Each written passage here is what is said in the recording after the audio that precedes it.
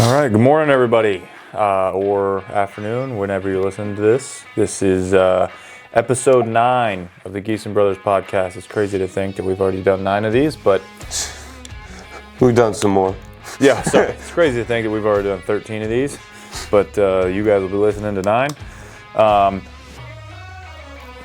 Excuse me. Today we wanted to talk. Last time we talked a little bit about employee management and employees in general. So today we wanted to talk a little bit about leadership, every aspect of it. Just kind of share a couple stories and explain how we developed our style of leadership and how some tips that you guys can use to develop your own. But most importantly, we talked about this on the last one. We are both Marines, and it is pushed heavily in the Marine Corps. Leadership is pushed heavily.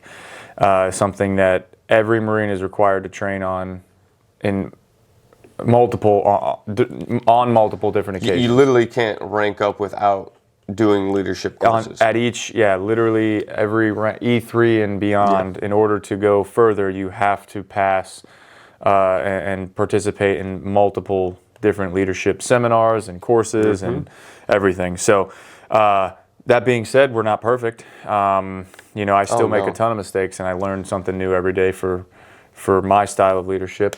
And but we've been through a lot of leadership training, and someday we'll have some of our some of the people that we served with on here that I think are better leaders and that did a better job. I can't wait to have. If I can ever get them on here, they're first sergeant and sergeant majors now, but they are some just guys to emulate. Yeah. Okay. So then let's talk about your experience with leadership in the Marine Corps, because it's pushed in the Marine Corps, but it doesn't mean that every single one that we met was a good leader. In fact, it was the opposite. Most were bad leaders. I think I only really had three good leaders. And don't get me wrong, there was decent leaders, but you weren't with them long enough. You just saw them in light a few times. Mm-hmm. And that's my biggest thing is in the Marine Corps, you learn so many different types of leadership because you have so many different levels of management. Yeah. So you know what it looks like when someone's a CEO, literally a CEO, and what they look like in front of a crowd of 100, 200 people, vice an individual who's a manager of 50, what they look like in front of a group. Yeah. And it's, you said you see so many different styles and avenues of leadership, but that's also because of the extreme diversity that you get in the military. So thankful for it. It literally shined a light and opened my eyes on a lot of different things. I was very, I wouldn't say culture shocked because I lived down in South Florida for a little while, but it was definitely an eye opener on how. And I say this, you can definitely tell different cultures lead different ways. Yeah, absolutely, and. That's one of the things that we were lucky enough to be around because it helps develop our specific leadership styles, right? So, which is one of the biggest takeaways from today's podcast would be, is everything good? Yeah, okay, sorry. It looked like there was an issue with the recording. So, anyway, one of the biggest takeaways for today's podcast would be to pick and choose the leadership styles and traits from each individual. You shouldn't see one guy and say, I want to be exactly like him. No. You should say, if you see something that one leader is doing, you say, man, I like the way he does this specifically and that specifically. I don't necessarily like this. You want to emulate those two things that you like and ignore the thing that you don't like. You learn, you say, okay, I see how he's doing that. I don't like that. It's not going to work for me. And then you might see another guy and say, I don't like how he's doing anything except for this one thing. So you take that one thing. And that's how you build your leadership style, right? You pull all of these pieces from as many people as you can, and it never ends. Just like we were talking about the SOPs being ever changing. The living document. This is the same. Your leadership style will be the same exact thing. It will always be changing. It'll never. That just leads into personal development to where everything's about personal development. If you stop growing, you're going to get stagnant, and then you're going to see no growth. And then you're going to look around externally and go, what's the issue? Yep. If you do that, obviously, I'm gonna say these words, you're the issue if you do that. The moment you realize it's me, I'm the issue, definitely in leadership, I cannot get over that enough. You have to be able to take the blame as a leader. Yeah. And I think that is one of my best traits as a leader, is just taking the blame every single time. Even if I'm at the top of the organization, it's my fault no matter what. Even if I can't connect it to me, it's my fault because I'm on the top. Yeah. And it's being able to, those type of traits I know I learned from the Marine Corps, because I saw people that did not want to say what happened or, the events that occurred. I saw what happened when good leadership was in place, and you just took the blame, what that did for the individuals underneath you. Yeah, that's a whole. If any of you or have ever read the book or haven't read the book, you should. It's called Extreme Ownership by Jocko Willink, and the Navy SEAL. Yeah, so I don't know if he's retired or just prior Navy SEAL. Regardless, he's an amazing individual and is probably one of the best representations of what a perfect leader is, that you can find. So look him up, look at some of his content. He's got a podcast, he's really great. But his book specifically, Extreme Ownership. So I joined the Marine Corps, I served, I was a sergeant, I had Marines underneath me, I had Marines, leaders and Marines above me. So I was right in the middle of what it is to be a Marine and a leader, right?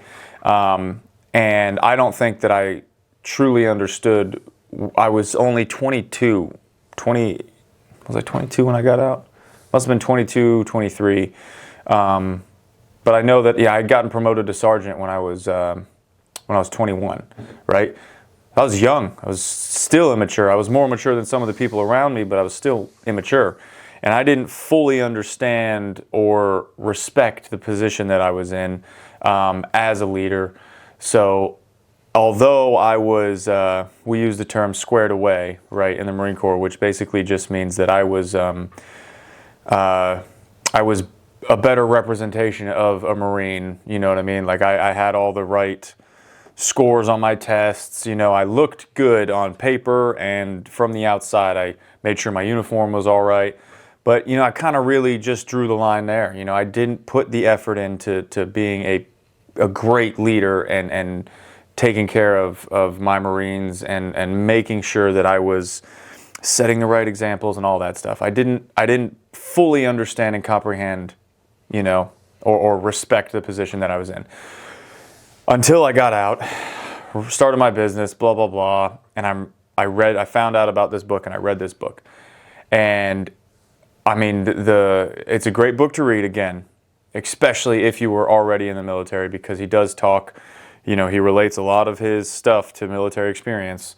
So hearing about some of those and having military experiences is great. But he essentially explains that anything that happens within your life with reason, there's few things that happen to us that aren't because of us, right? So no matter what decision you make or what choice you make, it's going to lead to a result. And it's those individuals that put the blame on somebody else, or they blame everything that happens to them on something else or somebody else, instead of just saying, you know what, I made a decision that led to this, it's my fault. You're going to have a really tough life. And it's very true. So as soon as I read that, and I kind of looked back on everything, my marriage, my business, my relationship with friends and family, all of it, you look back at everything and you go, wow. I literally, why haven't I been getting up early? Oh, I had to stay up late because of work.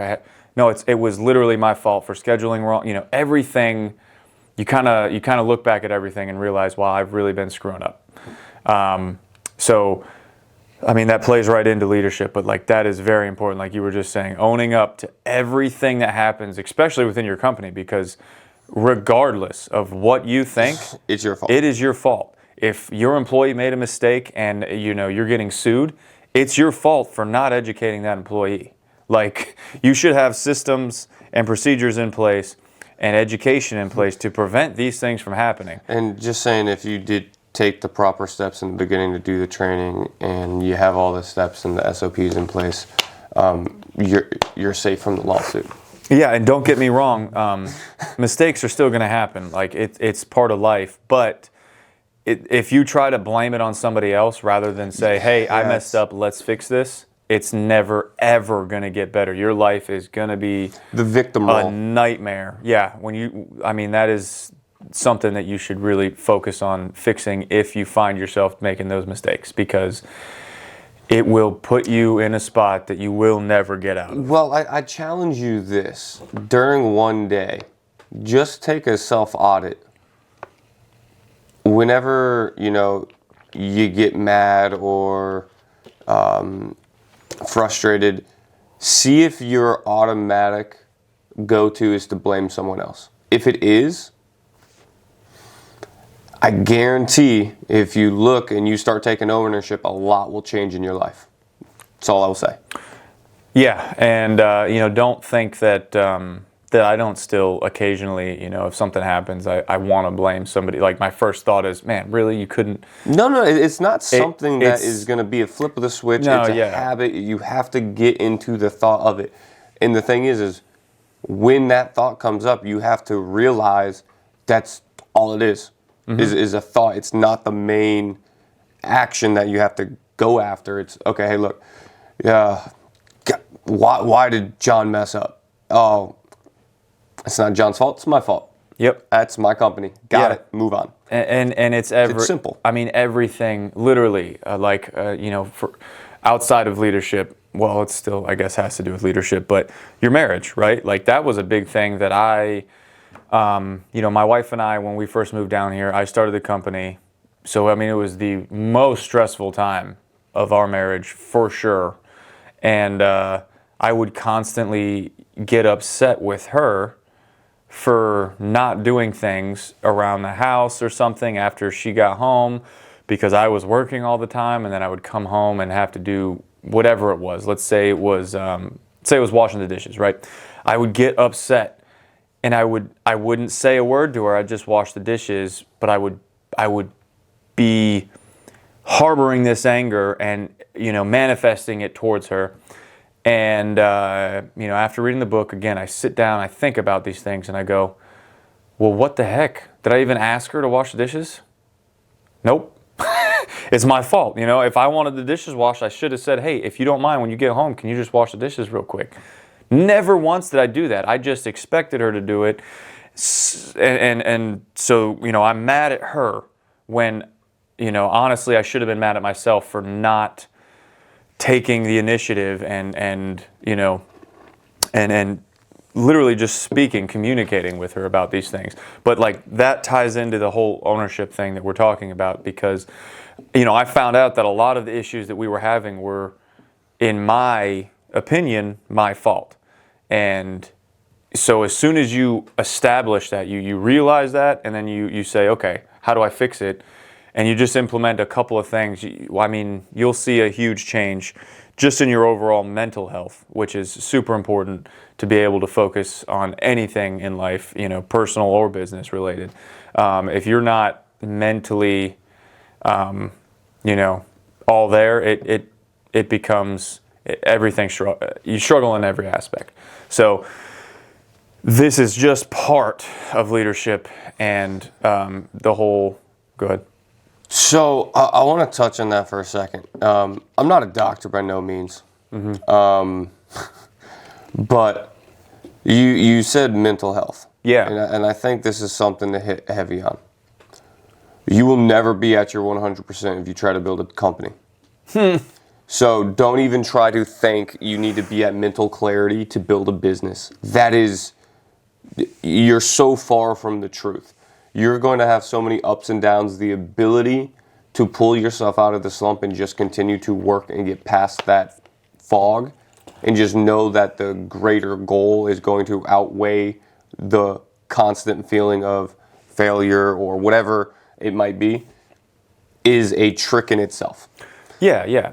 It's like a muscle. You got to build resilience and constantly work it out. Like, that's the whole thing if you want to get better at it, right? So, however, again, this makes it easier. That's the whole reason we're doing this podcast, is to make things easier for you guys. So, if you take a minute, like he said, look at everything that you got going on.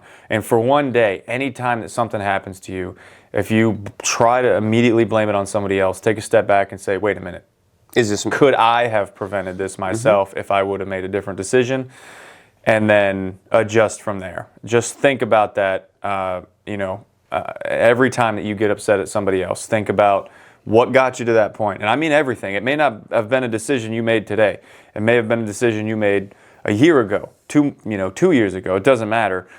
Those things add up and they pile up, and it could bring you to where you are. Like, you never know. So just that's part of this whole leadership thing. I will say this. It's not could have brought you where it is. It is the reason why you are where you're at. Oh, well, yeah. Almost certainly. And again, there are situations when something's not in your control. Without your control, correct. Yeah, like, if you've planned a job out, right? So, like, for me, I plan to go and frame a house, and then it starts raining. So I can't frame the house, and the homeowner's mad at me. Well, I'm sorry. That one's outside of my control. However, me being a proper planner, and then owning, these mistakes, I will say, you know what, that's my bad. And I will immediately have already shifted my schedule, and I've got buffer days for weather for a reason. You know what I mean? Well, I think being able to, and we're jumping from leadership here, but I think that the ability to be able to adjust on the fly is a very unique skill to have, because it's required. Well, it's required, business but owners, for sure. A good example is I'm going to start working with a company out in California. I was supposed to go out there and travel. They wanted some paperwork signed beforehand. We got off the phone call. It was already in my email. I literally sent it back within 5 minutes. 3 days later, I get a text. Hey, we haven't received that email yet. Wrong. 100%. But then I went and thought about it. I go, I never told him I sent the email back. Yeah, there's no follow-up. There's no follow-up. But there was an email sent. Now, in the business world, can I rely on just the simple fact that I send an email with a timestamp that has 2 people CC'd? No, but what I did to prove a point was, hey, sorry, looks like I forgot to text you back that I emailed you. I forwarded you back the message from last Friday. Yeah. Both of you guys are CC'd. Hope you got it this time. Yeah. Absolutely. I owned it. But I'm also going to let the other people know that they messed up too. Right, yeah. And but that's, to get back, to leadership, that is one of the traits that you should have as a leader. But the ownership thing is a really important trait, not only for leaders, but for everybody at every stage. I mean, you should be, as you're growing as a leader, so in any, like in the Marine... Well, what's the famous saying that you hear in the Marine Corps? What do you mean? For leadership. There's 100 million. Well, I was like, you can't, there's about literally every saying about leadership. You have to be a good follower before you're a good leader. Oh, yeah. You have to know how to follow before you can lead. That's for sure. But that's the type of thing, like, if I would have read that book at the beginning of my Marine Corps career as a private, the very lowest rank, if mistakes were made, the corporal will say, hey, that's my fault. I didn't tell him how to do it the right way. But as a private, I would have said, damn, I should have researched this better. You know what I mean? If I make a mistake, I should have figured out how to do it better. And immediately, I would have seen it as my mistake, my fault. How do I fix it? But, a leader will always say, no, that's my fault. I didn't teach him right. So anyway, that is the most important trait, if not anything, that you should learn to do for yourself so that you can learn how to follow and lead. But anyway, moving on to, other aspects of leadership. Like we had said, you pick these traits that you like from each individual and you compile them into your own model of what you think is the perfect leader, right? Mm-hmm. So, I don't know how many leaders that you have. You said you only had a couple of them that you think. Well, yeah, that was really top notch. That absolutely. You could actually see the leadership on a daily basis. Because, again, the Marine Corps is designed for war. Yeah. It's hard to see and test some of that leadership without that environment. Certain environments. Absolutely. Yeah. So, I believe I only had a few circumstances to where I think people were truly tested as leaders above me at certain times. Yeah. Which truly made those ones stand out and made me emulate those ones. It is funny, too, that the best leaders that I had have all been, combat-related.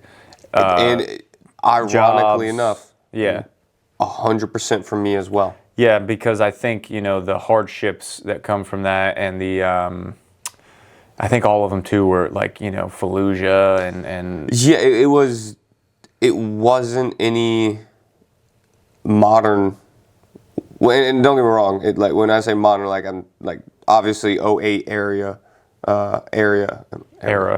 geez. That time frame, in the Marine Corps, it sharpened a lot of people.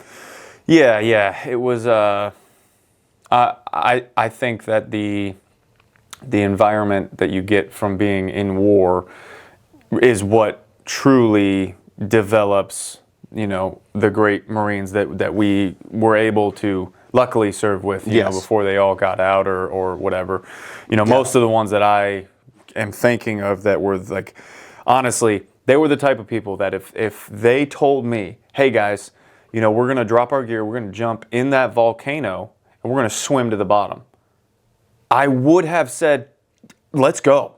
That's the type of leader they were. It didn't matter what they were leading me into.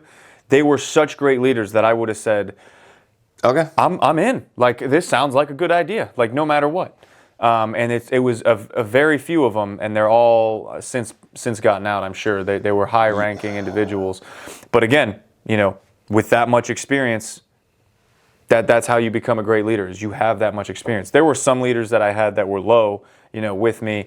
They had good traits. Yeah. But they didn't exemplify exactly what a true leader was. Yeah, I had. They were in the position of a leader. While we were still in training, we weren't even technically, in the Marine Corps yet. We were still training. After boot camp, you have your job-specific training, and there was a kid there whose dad was, an E9 in the Marine Corps. So he's been raised by a Marine that's, been harping on this kid forever. And he wasn't directly over me or even in my platoon, but he was the leader of his platoon, and it was man, that kid's motivating. I would follow him. You know what I mean? We're the same age, and he's actually probably younger than me at that time. But I was I don't care. I had the hack in the Marine Corps, and I will always say this, is I went in a year and a half after you. So, yeah. I saw what the Marine Corps was, and I don't know. For me, it was a little bit different because I've fiended for that leadership position from the very get-go. I don't think, boot camp, but from boot camp onwards, I was in a leadership role. There was not a single part that I was not in a leadership role. Mm-hmm. And it's because it's just what I don't know, I guess it's just what I always wanted to do. Yeah, and I... just came naturally. Again, I did not, in the Marine Corps, I didn't really care right, about being a great leader or any of that, the responsibility for being a leader. None of that mattered to me. I wanted to go to work. Marine Corps came easy to me, so it was so much more about like, how is this hard for everyone? Let me make it easy for everyone. Well, that's more or less what it came into is there were so many people struggling on the basic things and just basic to where I was like, okay, hey, I can do something for these people. I got this is simple. Yeah, and I did those things as well, but that like I didn't want to be put out in front of the whole platoon. You didn't want to be responsible for those little issues. No, I didn't even care about that. It was, so like when you're coming up through the training, gosh, we're getting way off topic. Like we should do a whole thing about just the Marine Corps, but that's, again, I will say that I did not care to be a leader in the Marine Corps. It wasn't in your... And if I, looking back, I really did let down some of the people that were below me, and even my peers, I really let them down. And it took me a year or two after getting out to realize, like, man, I should have done a lot better. And, I wish that I would have done a lot better. But, it is what it is. I learned from all that. Here I am now, trying to do the best that I can to lead the people that I am able to lead, right? But that's it, guys. It's just you need to continuously be working on yourself. That was something I was thinking about in the gym this morning. Was you like me? I've always liked helping people, but you cannot help someone until you have figured it out for yourself. Like that's the main thing. I'm not going to agree with that. I'm going to say that's complete opposite for me. I always throw myself into positions I don't know what I'm doing, and I figure it out because I trust in myself and I'm confident that I can do it better than most people. No. Yeah, I didn't say that. I'm saying your personal development. If you're not there, if you haven't developed a certain set of skills to manage things for yourself, right? Then, like I'm not disciplined enough to go to the gym in the morning. I'm not disciplined enough to eat correctly. I cannot expect to help somebody else do those things. But that's what I'm saying is if you put that pressure on yourself and you make it about someone else, it becomes easier.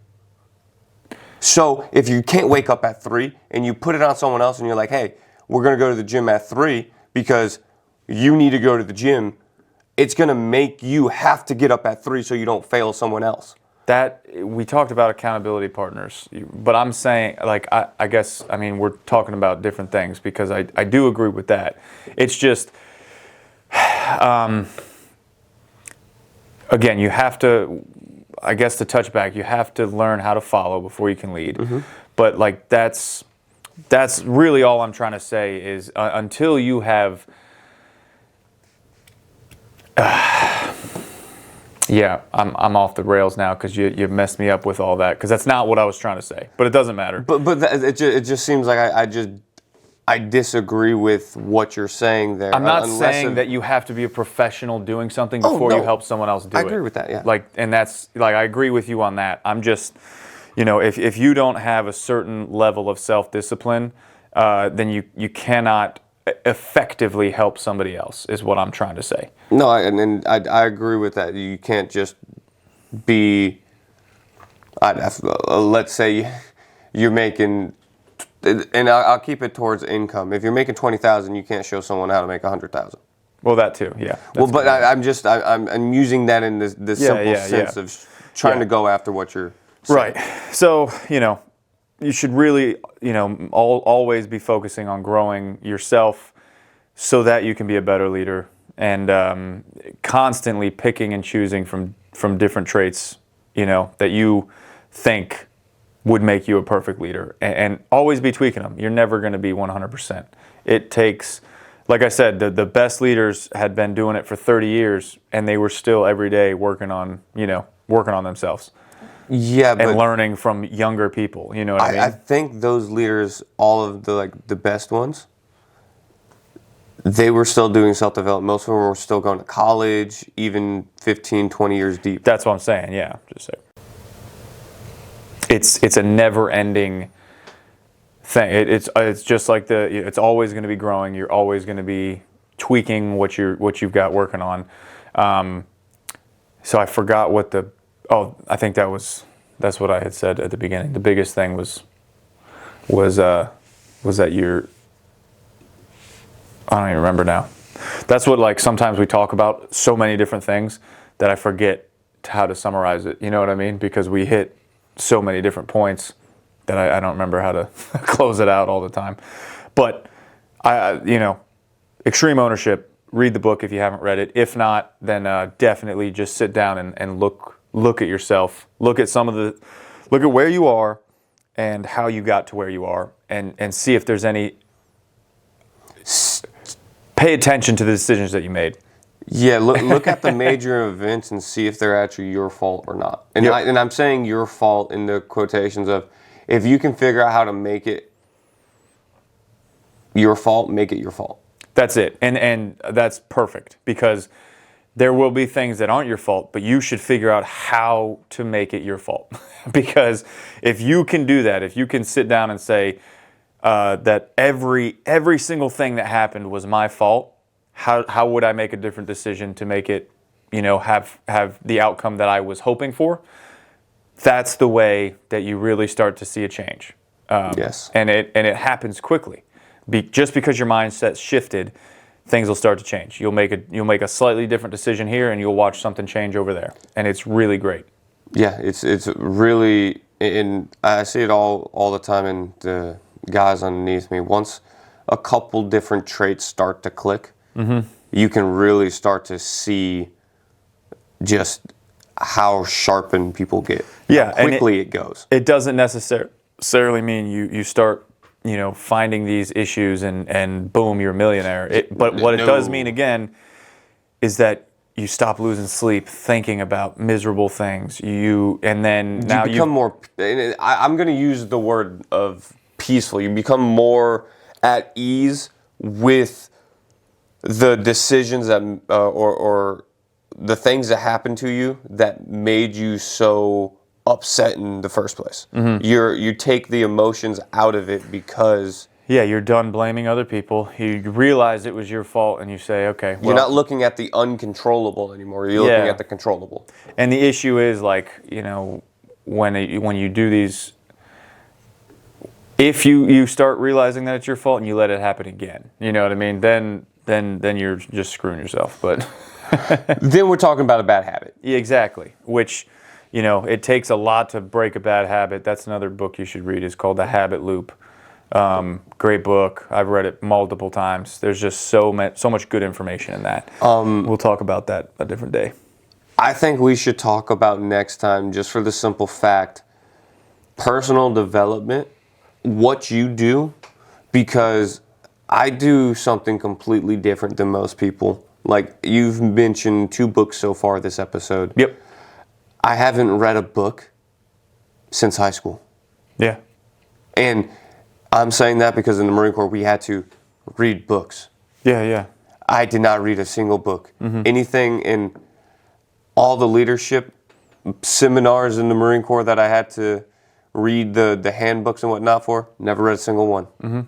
So it's just different types of personal developments of... Yeah, you don't have to read books to... No. I'm not saying like you have to, but what I'm saying is that's what I'm trying to get them to see, is there's multiple different ways to get where you're trying to go. So don't expect to do it the same way someone else did.